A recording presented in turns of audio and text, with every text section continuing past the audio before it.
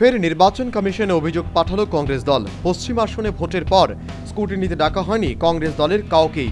পাশাপাশি 4 জন আধিকারিকের বিরুদ্ধেও অভিযোগ তুললেন কংগ্রেস নেতৃত্বরা। শনিবার এক সাংবাদিক বৈঠক করে এই কথাগুলো বললেন কংগ্রেসের সহসভাপতি তাপস দে। পশ্চিম আসনে ভোটের পর স্ক্রুটিনিতে 13 এপ্রিল কংগ্রেসের কাউকেই ডাকা হয়নি, না প্রার্থী, না এজেন্ট, না কংগ্রেসের কাউকেই।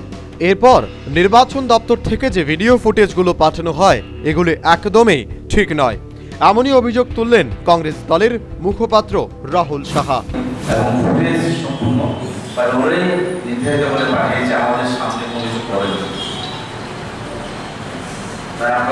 নির্বাচন কমিশনের এই ফলস তথ্য দেওয়াকে তীব্র প্রতিবাদ জানাচ্ছি এবং আমরা ভারতীয় নির্বাচন কমিশনের কাছে আবেদন জানাচ্ছি এগুলো আবার সমস্ত দলের প্রতিনিধিদের সঙ্গে নিয়ে যাতে স্ক্রুটিনি করা হয়।